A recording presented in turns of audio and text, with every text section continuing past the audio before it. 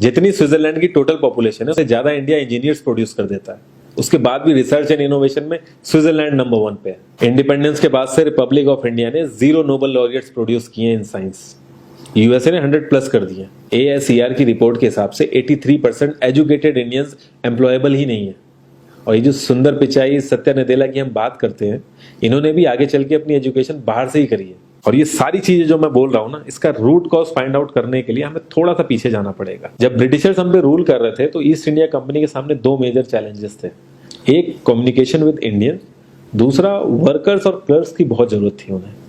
फिर Thomas Babington McCoy ने हमें इंग्लिश एजुकेशन एक्ट ऑफ 1835 दिया, जिससे उनके दोनों पर्पस पूरे हुए। पहला, उनको बंदे चाहिए थे जो चुपचाप डेस्क पे बैठे, अपना काम करें, क्वेश्चंस ना करें और ज्यादा क्रिएटिव ना हो। Second, communication in English.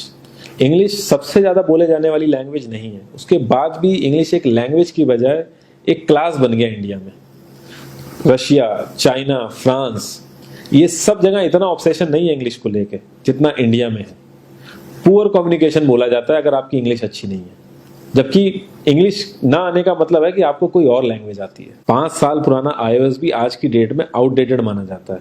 लेकिन इतनी इंपॉर्टेंट चीज हमारा एजुकेशन सिस्टम आज भी बस थोड़े से चेंजेस के साथ ऐसे ही चल रहा है। हमारे एजुकेशन सिस्टम में रटने का कंपटीशन होता है, जो ज्यादा रट लेता है उसके ज्यादा मार्क्स आते हैं।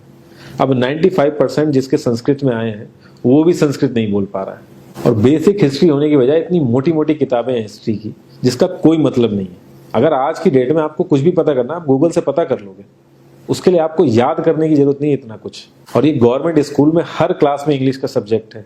12-12 साल लगाने के बाद भी लोग इंग्लिश नहीं बोल पा रहे हैं। और बिना किसी बुक को पढ़े 5 साल का बच्चा सीख लेता है, क्योंकि उसको वैसा एनवायरमेंट मिल जाता है। A+B का whole square is equal to A² + B² + 2AB। इसका रियल लाइफ में क्या यूज है किसी को नहीं पता, न प्रिंसिपल, न टीचर, न बच्चे, बस पढ़ाई चले जा रहे हैं। हो सकता है इसका कुछ मतलब हो, लेकिन आप ट्राई करके देख लेना, किसी को नहीं पता। हाँ, 2AB की जगह अगर आपने 3AB बोल दिया तो 4 लोग हंसने वाले मिल जाएंगे आपके ऊपर। किंडरगार्टन में जो बच्चों को सिखाने के लिए टेक्निक यूज होती है वो लाख गुना अच्छी है कॉलेज की वो रटने वाली टेक्निक से। और जिन बच्चों के बहुत ज्यादा नंबर आते हैं ना, जो वो छुपा छुपा के एग्जाम में लिखते हैं, आप देखोगे जब वो रियल लाइफ में जाते हैं ना तो ज्यादातर क्रम्बल करते हैं वो। हर किसी को सेम सिलेबस और सेम चीज सिखाई जाती है बिना उसकी कैपेबिलिटी देखे। और क्रिएटिविटी का तो दूर दूर तक मतलब नहीं होता। अब एक लाइन से आप शेर, मछली, सांप, हाथी सबको लाइन से खड़ा कर दो और उनसे कहो पेड़ पे चढ़ो, उनको तो जिंदगी भर यही लगेगा ना कि वो तो किसी काबिल ही नहीं है। और द्रोणाचार्य ने भी पांडवों को उनकी स्किल सेट के हिसाब से उनको चीजें सिखाई, सबको एक ही चीज नहीं सिखा दी। और हमारे एजुकेशन सिस्टम में ज्यादा ऑप्शंस भी नहीं है। सबसे ऊपर साइंस, फिर कॉमर्स, और सबसे नीचे जाके कहीं नंबर आता है आर्ट्स का। आर्ट्स लेने वाले को तो लोग इतना हल्के में लेते हैं जैसे वो किसी काम का ही नहीं है। हर माँ बाप को तो इंजीनियर या डॉक्टर ही बनाना है। कॉलेज वाले अगर एक्स्ट्रा कोर्स रख भी देते हैं तो माँ बाप एंट्री नहीं कराएंगे, तो वो सारा पैसा बर्बाद होगा कॉलेज का। तो ऑप्शंस कहाँ से आएंगे? और बचपन से ही आपकी ट्रेनिंग स्टार्ट हो जाती है। माँ बाप, भाई बहन, रिलेटिव सब यही समझाते हैं अगर आपके मार्क्स नहीं आए और जॉब नहीं लगी तो आपकी जिंदगी बेकार। और लाइफ की क्रिएटिविटी को आप रखते हो साइड में, और ये अच्छे मार्क्स और अच्छी जॉब पाना आपका सपना बन जाता है। अब ये सपना पूरा हो जाता है तो बहुत बढ़िया है, दूसरे को जेलस फील कराओगे, नीचा फील कराओगे। और इस छोटी सी उम्र में अगर सपना टूट जाता है तो सेल्फ डाउट में आ जाओगे। इतना बाहर वाले आपको नीचा नहीं समझेंगे जितना आप खुद की नजरों में गिर जाओगे। आप किसी भी 4-5 सक्सेसफुल आदमियों के बारे में सोच के देखिए जिन्हें आप बहुत सक्सेसफुल मानते हो या जिनकी तरह लाइफ आप जीना चाहते हो। मैं ये कह सकता हूं कि वो इस एजुकेशन सिस्टम की वजह से तो सक्सेसफुल नहीं होंगे, चाहे वो जो भी हो। धीरू भाई अंबानी, विराट कोहली, आमिर खान, नरेंद्र मोदी, ये सब हमारे इस करंट एजुकेशन सिस्टम के ट्रैप में नहीं फंसे।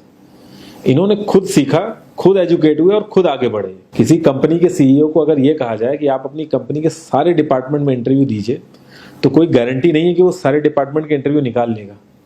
और ये भी हो सकता है कि वो आधे से ज्यादा डिपार्टमेंट के लिए क्वालिफाई ना करे एजुकेशन वाइज, लेकिन वो पूरी कंपनी चला सकता है। तो ये जो एक स्किल है, इसके बारे में बात क्यों नहीं होती? लोग अपनी 25% से ज्यादा जिंदगी इस करंट एजुकेशन सिस्टम में लगा देते हैं ताकि अपने से कम पढ़े लिखे आदमी की कंपनी में जाके उसके सपने पूरे कर सकें। इंडिया का जो करंट एजुकेशन सिस्टम है, अगर वो इतना ही अच्छा है तो जो भी सेलिब्रिटीज हैं, पॉलिटिशियंस हैं, वो अपने बच्चों को बाहर क्यों भेज रहे हैं पढ़ने के लिए? इनफैक्ट पॉलिटिशियंस के साथ तो ऐसा करना चाहिए, जिस एरिया से वो जीते हो उसी एरिया के गवर्नमेंट कॉलेज में उनके बच्चे को पढ़ना कंपलसरी हो जाए, तभी वहां के गवर्नमेंट कॉलेज सुधर सकते हैं। 368 प्यून की जॉब के लिए 1.5 लाख ग्रेजुएट और 24,968 पोस्ट ग्रेजुएट ने अप्लाई किया।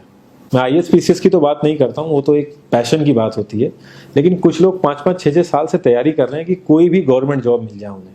उनसे पूछोगे क्यों ऐसे इतने टाइम से लगे हुए हो, तो वो एक ही चीज़ बोलेंगे कि जॉब सिक्योर है। मतलब आप काम नहीं भी करोगे तो आपको निकाला नहीं जाएगा।